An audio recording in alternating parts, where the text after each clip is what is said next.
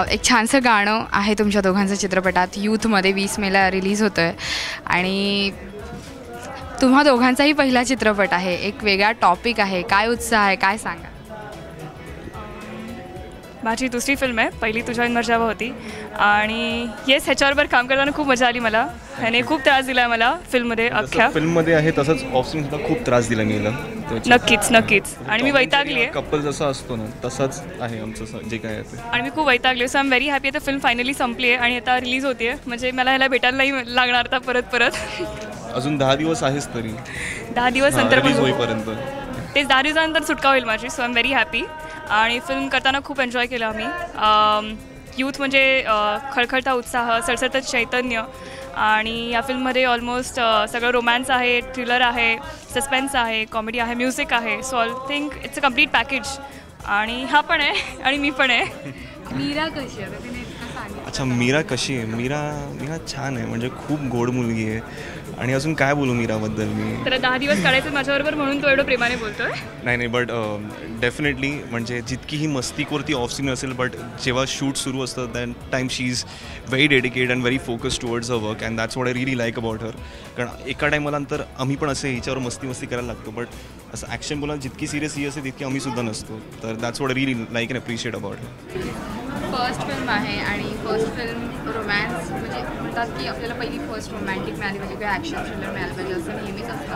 पण तुम्हाला एक सामाजिक टॉपिक मिळाला which is real in Maharashtra right now. तर तो त्या विषयावर काम करताना कसं वाटलं? तू खूप अगदी बरोबर बोललीस की हां, असं शाहरुखसारखं असं मलाही डेब्यू वगैरे असं करायला मिळालं असतं तर मलाही खूप आवडलं असतं. But on a serious note, जेव्हा म्हणजे राकेश सरांनी ही स्क्रिप्ट आम्हाला वाचून दाखवली, ह्या फिल्ममध्ये सगळं आहे ॲज यू सेड. जे एका ॲक्टरला लागतं डेब्यू करता, रोमॅन्स पाहिजे, थ्रिलर पाहिजे, सस्पेन्स काहीतरी पाहिजे, ॲक्शन आहे. तर ह्या सगळ्या गोष्टी आहेत. These elements are there, but at the same time they have touched a very important chord, not just in my personal life but in everyone's life and in the current situation जे महाराष्ट्रामध्ये आहे आणि आपण रोज बघतोय. आणि कसं आहे की बदल घडवायची ताकद हे जे आमचं आहे, तर बदल जोपर्यंत स्वतःत घडत नाही तोपर्यंत ती समाजात घडणार नाही. तर छोटीशी गोष्ट असते, आपण रोज सकाळी ब्रश करतो, आपण नळ चालूच ठेवतो. म्हणजे तो स्वतःपासून जर आपण सुरुवात केली आणि नळ ॲटलीस्ट बंद जरी केला ब्रश करता, नंतर परत चालू केला, तेवढं थोडंसं पाणी सेव्ह होईल. आणि खरंच बोलणं खूप म्हणजे आम्ही आता काय तुम्ही काय ज्ञान देता वगैरे, बट खरंच ह्या सगळ्या गोष्टी मी सुद्धा करायचो. ओके, पाणी वेस्ट करणं, आंघोळ हे मी करायचो.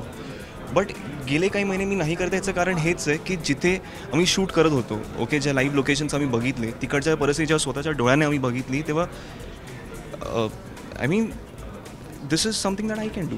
दिस is the bit that I can do from my part. आणि मी definitely I would ask the audience too, जरी तुम्हाला तिथे जाऊन नाही बघता येणार तर एटलीस्ट तुम्ही फिल्म बघा.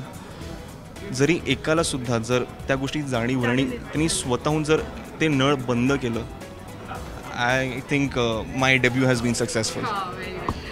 हा म्हणाला तसाच की ॲटलिस्ट एक दोन जण जरी त्यांना जाणीव निर्माण झाली त्यांच्या मनात की आपण पाणी सेव्ह केलं पाहिजे, आपण एक छोटासा इनिशिएटिव्ह घेतला पाहिजे या दृष्टीने, तसं जरी ॲटलिस्ट काही लोकांना फील झालं तरीसुद्धा आमचा मूवी सक्सेसफुल झाला असं आम्हाला वाटेल. नमस्कार, मी Ketaki Mategaonkar. Please subscribe to Rajshri Marathi.